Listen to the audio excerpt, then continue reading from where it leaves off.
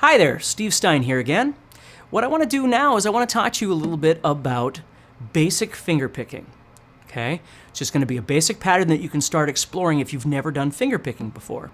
And for this basic fingerpicking pattern, we're going to be using our thumb, we're going to be using our first finger, and our second finger. We're going to use those three. Okay? Here's what we're going to do. We're going to make a D chord with our left hand. So hopefully you've done D before. You're going to take your first finger and place it on the third string, second fret. You're going to place the middle finger on the first string, second fret. And then you're going to place the third finger on the second string, third fret. And always remember, the goal to a chord is always make sure you can get as close as you can to the fret, the silver bar, without actually getting on top of it. It'll make it easier for you to play. You need less pressure to press the strings down, all that sort of thing. So think about where your shoulder is, think about where your elbow is, and certainly think about where your wrist is. Don't have your wrist, grabbed up like this. Keep your wrist down a little bit so you can get your fingers, I always call it, cat's claws, where you curl your fingers around a bit more. So when you're playing, you can miss the strings underneath. So you make sure that each one of your individual fingers are only touching the string that it should be on. That way you get nice, clean chords, instead of that sort of thing when you try and play. You got to get on those fingertips. So be very strategic about the way your arm is sitting, about the way your wrist is sitting, and certainly about the way the fingers are curled when you grab onto that guitar. If you're back like this, you're going to start touching everything. You got to curl up a little bit. So, finger picking. What we're going to do is we're going to use the bottom four strings, which is the D chord, and we're going to use these three fingers. You're going to use the thumb, first, and second fingers. So the way you're going to pick this is what I refer to as picking toward the floor. And what you're going to do is you're simply going to pick the fourth string with your thumb, the third string with your thumb again. It's called double thumbing. A lot of people call it that. And then the first finger is going to go on the second string. And then the middle finger, is going to go on the first string. So you have thumb, thumb, first, second fingers. Thumb, thumb, first, second. Now before you try that, what I want you to think about here is when you're making a finger picking pattern, kind of think of it like a thumbs up.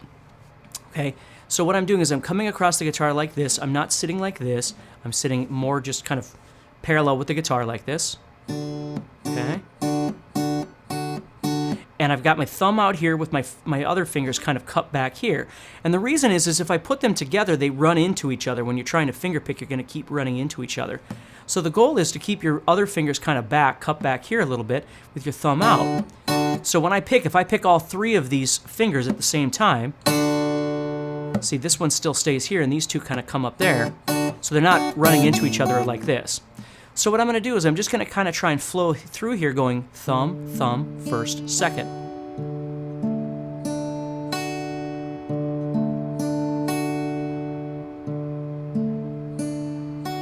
Okay. Now you'll notice as I'm picking, the fingers just kind of stay close. I'm not going like that. They're staying close to the string, so when I need to come back, they're already there. They're already ready to go.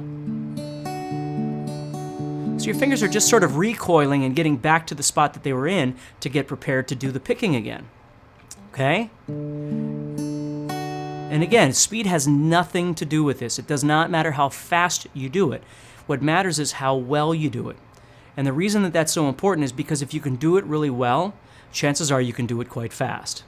It's never the opposite, and I spend more time with students trying to get them to understand that. If you can make something of quality, it doesn't matter how many things you know. What matters is you know some things and you're really good at those things, because then you can develop some more things and get really good at those. Otherwise, you have a slew of ideas and you really don't know how to use any of it, or none of it really sounds very good, which is one of the reasons why people look for videos like these, is trying to figure out how to make something sound better, how to make them understand it a little better. So please remember that. It's not how fast you can do it, it's how well does it sound. If the chord isn't working, that's not the right hand's fault, it's the left hand's fault. You got to go back, you got to figure it out, and you got to rebuild it. Figure out what's going wrong. Is it your wrist? Is it your shoulder? Is it the placement of your elbow?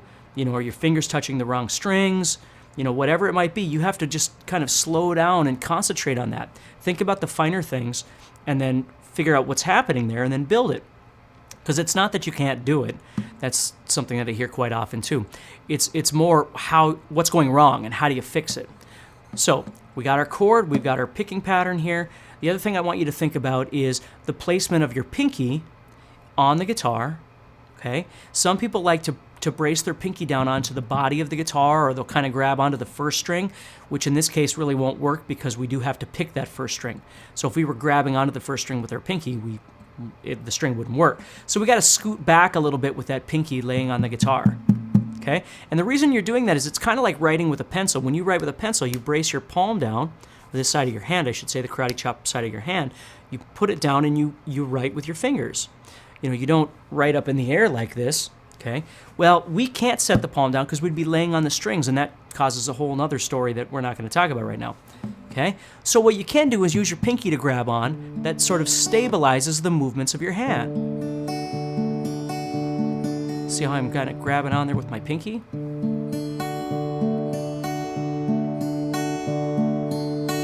Okay? Now, if you find that to be extremely uncomfortable and you don't want to do that, then what you have to understand is you're really just locking from the elbow. Okay, when you come across like this, you have to hold that whole thing sort of still, really tight, and then